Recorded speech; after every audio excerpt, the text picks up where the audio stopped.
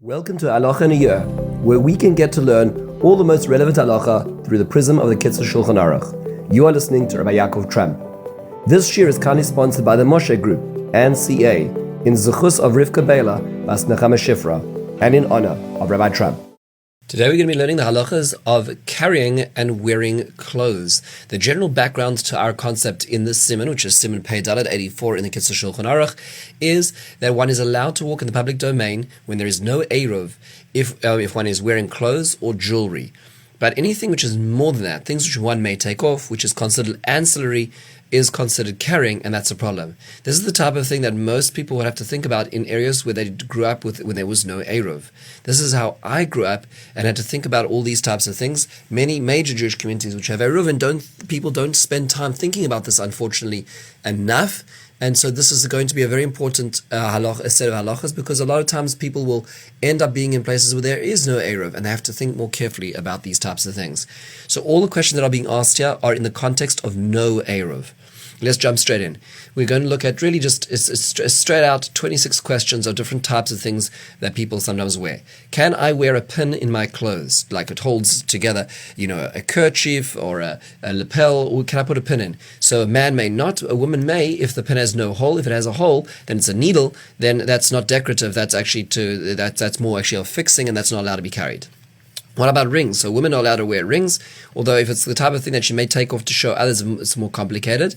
For a man can wear a signet ring, but other types of rings is more complicated. This may depend on the norms. There's a discussion in the Adornments as to men wearing rings and the norms of the times. Many of my Achronim are machmir to say men should not wear rings if there's no eruv, but this may also depends on the norm of if men are wearing rings. What about a watch? So the watch at the time of the Kitzur Shulchan Aruch was a pocket watch or a watch on a chain that would go around one's neck. Those were not allowed to be carried on Shabbos for a man or for a woman. A wristwatch that we have today for women is completely fine because it's called tachshit. It's like an adornment for women.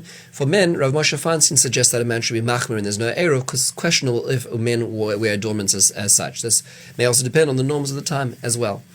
What about decorative key, which also has function? So let's say one has a key one wears around one's neck, but it's a silver key. It's beautiful. So it looks like an adornment, but it also has functionality. In that case, since it has adornment features, it can be worn, provided it's made of a silver or an expensive material. What about if one has a key and it's not decorative, but one lives in an area where there is no eruv? So in such a situation, this is where people will often either hide a key, or they will also wear a key belt, where the belt is made such that the key is part of the links in it. So it's not just that it's hanging from the belt that's carrying. It's where there's a hook on either side, so the key actually acts as the middle section. It's a link in the chain of the belt, so one could do that. It's called a Shabbos belt. What about glasses? In the times of the Kitzur Shulchan Aruch, glasses were more like punzner, which is something which would rest on the nose. Today, our glasses rest on the ears. But the times when it would rest only on the nose, they would often be taken off or fall off, and they need to be carried, and therefore is not allowed. Glasses today are allowed to be worn. What about a piece of plastic or a cover over one's hat, head, or shaitel? So the Kitzur points out, if you're wearing this piece of plastic over, or like just a cloth over the hat or shaitel to protect the hat or shaitel, that is not considered clothing, and one is not allowed to wear that without an eruv. However, if one's wearing it in order to protect oneself from the rain, then it is fine as well. And if it's made, so this one would have to evaluate in this context. If there's no eruv, am I protecting myself or the item of clothing? Protecting the item of clothing, that's not a piece of clothing. What about a walking stick? So if someone needs it for walking, it's fine. That means to say that they use it in the house all the time. But if they only use it occasionally, and in the house they don't use it, then one would not be able to use it as well. What about a blind man's walking sticks? That would not be allowed to be used outside of an eruv.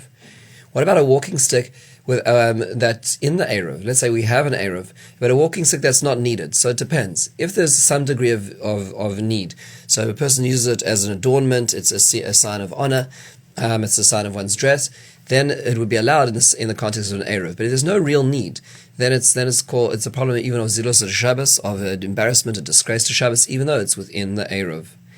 What about if a person has shackles on them? Can they walk around in them? So if a person is chained, a person may walk around with their chains. This becomes necessary. Let's say a person is on some degree of parole and they're wearing an ankle bracelet, so one may walk with that without an eruv on Shabbos, and that's fine. What about stilts? So people would sometimes use stilts to go through, let's say, muddy areas or water. That's not allowed on Shabbos. That's not considered clothing. That's considered carrying something.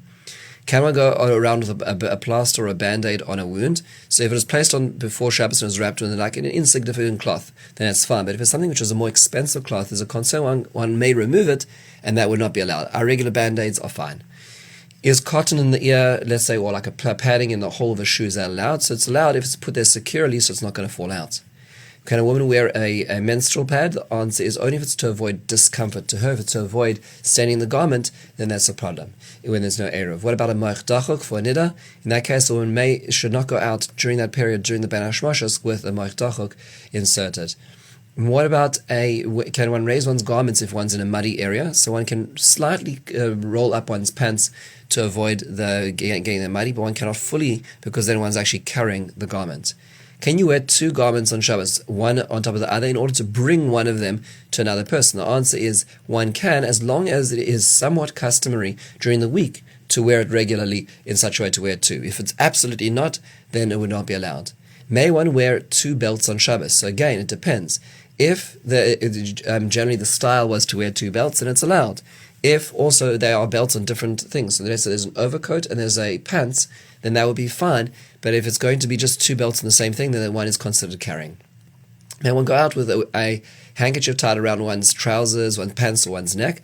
So yes, if it's tied, first of all, if it is tied in a way that's not a double knot.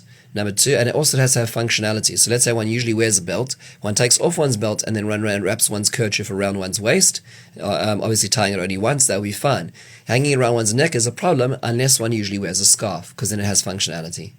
Are gloves allowed on Shabbos? So there's a debate between the poskim as to whether they're allowed or not. The concern being is one's going to take them off and carry it, if let's say one wants to use one's hand for any action. He points out that muffs, which, so let's say it's like a type of like sleeve that one put one's hands in on from both sides, it's fine, because even if one takes one hand out, the other one is still wearing it as well.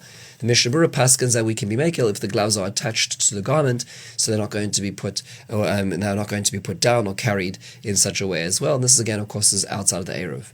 Can one wear a talis with tzitzis on Shabbos? The answer is yes, if it's worn correctly. Two of the corners in front, two of the corners in the back, but if it's worn around the neck, which is not the proper way to do it, then that's not allowed.